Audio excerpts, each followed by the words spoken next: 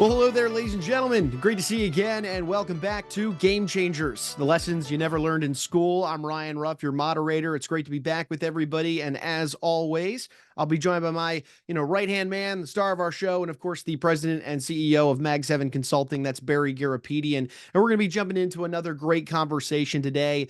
For those of you that did join us on our inaugural episode for the show, you know that we talked a lot about this idea of astonishment and developing a really serious connection with those around you by leveraging this art of astonishment. So, what we're going to do today is we're going to kind of pivot a little bit and we're going to be looking inward towards a self-development skill, something that is just so important, especially in today's day and age. But before we get, into the weeds of the conversation, let's go ahead and say hi to Barry. Barry, good to see you this morning. How you doing?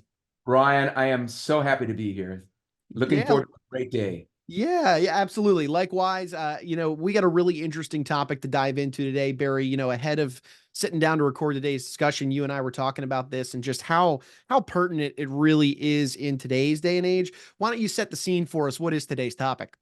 Today's topic is getting outside your comfort zone. And it's really probably the most important thing is really having focus on being bold and having courage to do things. Oftentimes we get stuck in not getting out. We want to get out and we want to have that mindset that nothing is going to happen unless we do that. I love it. That courage, that confidence, it's just so important. In your eyes, Barry, we could go on and on about it, but from a high level perspective, why would you say it's just so important to be leveraging confidence in a day and age like we're in now? Well, first of all, nothing happens until after you commit. So once you commit to anything, good things are going to happen. It's hard to do things that you're not naturally comfortable doing. So in my mindset, is I'm forcing myself to do things to get outside of my comfort zone, whether it's exercise, whether it's public speaking, whether it's even having my blood drawn from a nurse. That's uncomfortable for me. So the more we do this, the more confident we get, and life becomes easier. I'll say it again. It becomes easier. So that's what we want to practice. Sure. And Barry, just the other day, we were kind of boiling down this idea of life being a confidence game. And it really comes down to three big factors. If you had to chunk out this game of establishing confidence in your life, why don't you set the scene for us? What are these three big factors, that you want to get into today? Well, certainly I want to talk about a strategy called practice going first, which in my mind is about being the first to initiate doing something. And you're saying, what's so important about practice going first?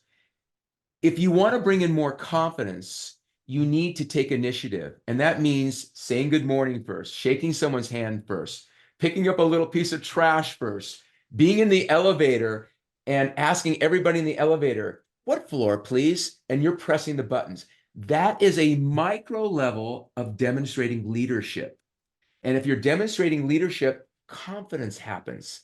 And this is just the white belt version, Ryan, of getting to the next level. So it's a very, very important piece of how I view confidence and confidence building.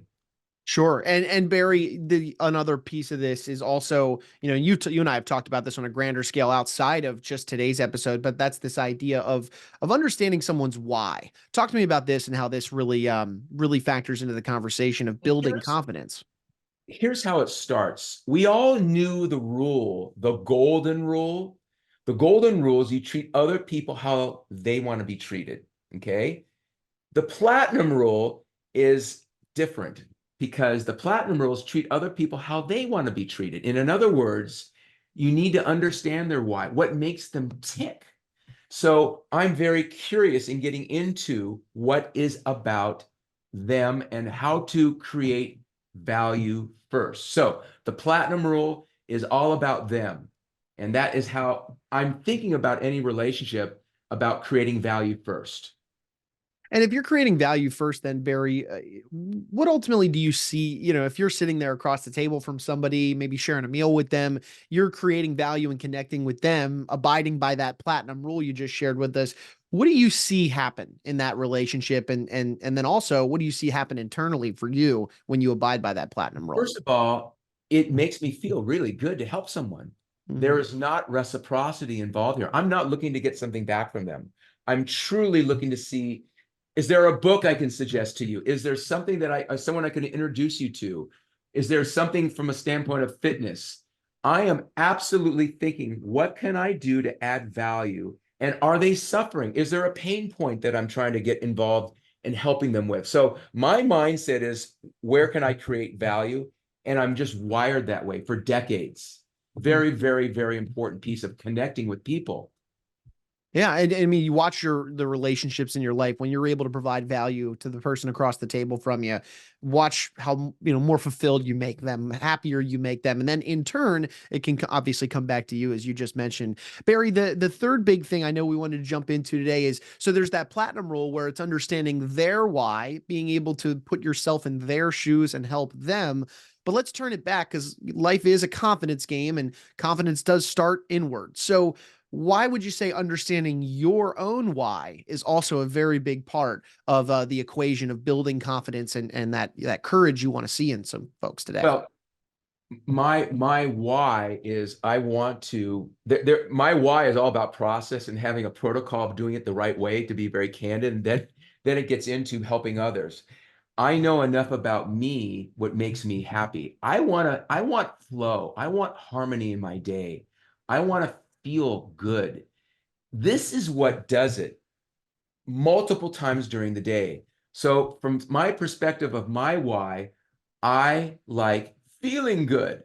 It's not transactional, gang. It's not about money at this particular point. It's about transformative. It's about relational connectivity with people. That is what the game is about. How can you connect? So we need to know about them. Mhm. We need to know what makes them tick, what their pets' names are, what their husbands' names are. We need to understand about them. So the game, it's not about me. It's not about how wonderful I am. It's about being more interested than interesting. And that is the game to connect and have a lovely, lovely relationship with someone. Barry, I love this. Thanks for kind of taking a look behind the curtain, if you will, and sharing these three factors. Again, that's that idea of understanding your why, the platinum rule, and then of course this tool really of practice going first, which I love that idea as a whole. Barry, you work with a lot of young minds over at Mag 7 Consulting. And for those that maybe didn't have the chance to jump in and listen or watch our first episode of the show, why don't you bring some audience members up to speed on the work that you do with young minds through Mag 7 Consulting and kind of instilling some of these types of principles of achievement? Absolutely. For over 39 years, I ran a business on Wall Street. And one of the unique things that I did is I worked with my wonderfully talented, wealthy clients' children. And I taught them things that no one else was teaching them. They certainly weren't learning this stuff in schools. They weren't learning this stuff in churches. And in many, many cases, they weren't even learning this stuff from their parents.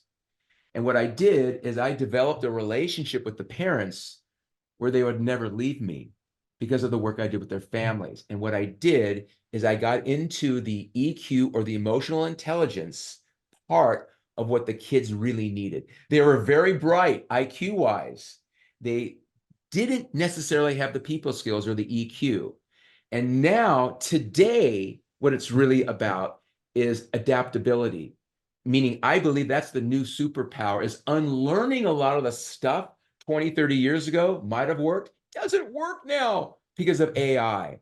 So I am that catalyst to get them to be more adaptable and to get them to a place quicker and faster. Basically, Ryan, giving them the keys to the fast button. That's what I'm providing right now with 20 different deliverables of what we're going to focus on pretty much every week. Yeah, it's fascinating. And you're typically working with high school up to college age, young adults and young minds, and a lot of these lessons that we're going to be diving into, like today's, of course, life being a confidence game. Will obviously, folks, be unpacking and exploring a lot of those lessons that Barry works with his young minds on right here on this show. But Barry, I want to get back to the topic of the day here for a moment, and this idea of life being a confidence game. The other day, you shared a really interesting story with me that I want you to retell for our audience today, where you were you were challenged by a consultant to do something relatively out of your comfort zone and kind of extraordinary. Talk to me a little bit about that, how it made you feel, and then of course going through that process and then ultimately instilling that confidence in yourself. Ryan, I remember it very well. It was January of 1992. I was in San Francisco, and a consultant challenged me to do something that I had no experience in. He challenged me to swim the Waikiki rough water swim. And this is, just so you know, it's 2.4 miles ocean swim, Diamond Head to Rainbow Towers. You're out, almost a half mile off the shore. I had no formal swimming experience. The only swimming that I did was in my pool with water wings. Literally, I had no experience. The guy gave me a program that I had to swim 5 days a week, X amount of yards. Very specific, exactly what I needed to do. I did it for 9 months. I swam this thing Labor Day in Hawaii. And not only did I finish the race, I finished in the top 10 in my age. It's because there was a process, there was a structure, there was the confidence that if I could do the process and the structure, I could do it. I didn't focus on the result. I focused on the process and the training, and I did the result. That's that's what happened. And it was unbelievable. Yeah, and I can only imagine, the confidence it instills you. And I like how you spoke to the process because that can help make a daunting challenge like that feel more manageable and feel more attainable. So I want to take your story and kind of transition it to kind of a younger mind, if you will, one of the young minds you work with. I know that you go through a process of teaching them something that's really difficult to do, but at the same time, it's through that process. So it does build up that courage, it does build up that confidence along the way, and allows them to do something pretty remarkable. Why don't you tell me about that? Well, this is something I do with almost all my young minds, and my young minds range from 14 to 30. And the reason we go to 30 is that most of the time, if you don't have your act together by 30, it's even harder to do it after 30. So the sweet spot's 14 to 30. But here's something I do with almost everyone. This I believe was a 10th grader math class. I showed this particular young mind a magic trick with numbers. It's very, very difficult. And I said, here's what I want you to do. You're going to have to practice this. I want you to show this in front of your math professor. You're going to blow the math professor away by doing it on the whiteboard. But then when you're done showing it to the math professor another day, you're going to show it to the whole class of 30 kids. And when you do this, I want you to call me and let me know how you felt. So they do it. And it's hard. It's ridiculous. It's something 10 times harder than the Rubik's Cube. It's ridiculous, less than 30 seconds. I've had many, many of these young minds do this, and my God, I can't believe, how'd that make you feel? That's what I'm talking about, having an afterglow of confidence, of doing something really hard and how you feel. But I showed you and I taught you how to do it. And it took practice, didn't it? They had to practice many, many, many, many times. They did it. And those are the kinds of things that it's repetition and having structure and having a mentor give you the keys, give you the tools on how to do something. And you can learn it out of a book. It'd take you forever to learn it out of a book. I'm going to show you how to do it. And I will tell you, it's a wow. It's an aha moment, Ryan. Yeah, I love it. I love the word you use there, afterglow of confidence, because that's exactly what it is. I mean, I can think of moments in my own life where I made an impact or, really wowed somebody, if you will. It makes you feel good about yourself and confidence, but that afterglow doesn't just kind of fade away. It does stay around and linger with you to that moment when the next opportunity comes along. And you can approach that next opportunity with a little more confidence because you went through this type of challenge before where let's say it's a public speaking issue. And well, that young mind knew he got up in front of his teacher, in front of his class, performed that. So why couldn't he deliver a speech maybe? And as like a class of valedictorian type thing. So really, I love that you use that word afterglow because it very much is a real thing. And it certainly doesn't fade away. It instills And that Ryan, confidence an long term. afterglow happens in many cases, not just from doing something elite like that, but it also happens taking a cold shower, There's a 25 or 30-minute afterglow taking cold submersion, getting in a cold plunge for 5 minutes. There's a 2 hour almost a 2.5x afterglow. Science has said this. So it seems to me, if we know the science on certain things that give you harmony, give you energy, why not practice those things intentionally in your day, like paying it forward, helping other people, creating value first, getting outside your comfort zone, doing something hard. Something hard could be taking a cold shower in the morning and embracing discomfort early in your day. Guess what? Your day becomes easier. And emotionally, you did something hard. That is hard to do. It's still hard for me, but I like challenging myself throughout the day. And I like challenging anyone I'm in communication with to be a better version of themselves. We need to constantly be on the edge of our chair doing things that are actually hard.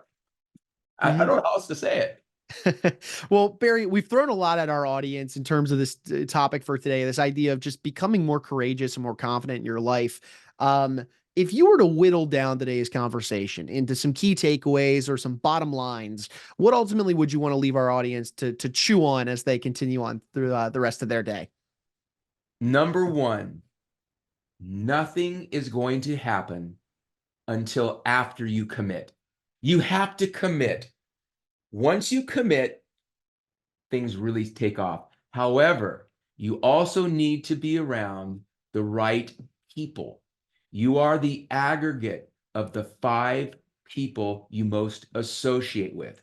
If I'm hanging with more elite financial advisors, more elite tennis players, golfers, surfers, swimmers, yoga masters, guess what? I'm going to ascend. So my thinking right now is be on the edge of your seat, have the mindset that you're not going to grow unless, first of all, you decide to grow and you're in the right crew, and you've got to commit. Once you commit, it goes to another level quicker than you ever thought.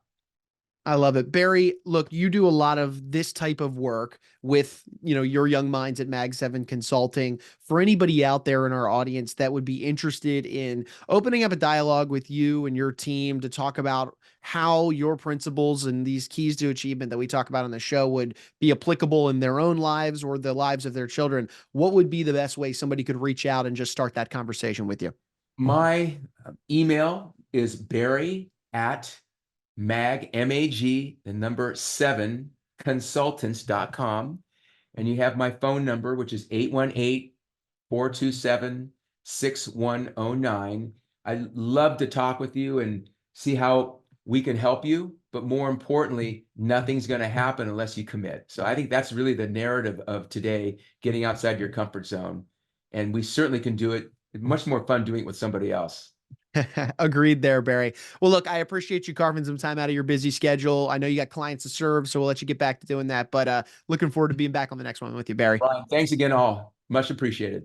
Of course, of course. And folks, we're going to take a final second here and thank you guys for stopping by and spending some time with us on the show today. If you enjoyed today's discussion surrounding this idea of just becoming more courageous and more confident in your life, if you learned a thing or two, make sure you hit that subscribe button then on whichever platform you check this out on today so that you don't miss out on any great information or conversations just like today's. Barry and I have a slew of great content coming your way here in episodes to come where we're going to dive into these principles of achievement, these practices and these strategies that he leverages with his young minds on a regular basis. And by subscribing to the show, you won't miss out on some of those great, great tools for you in your personal and, of course, professional life. Before Barry, I'm Ryan. We're going to go ahead and say so long today, but we appreciate you stopping by and being with us on Game Changers.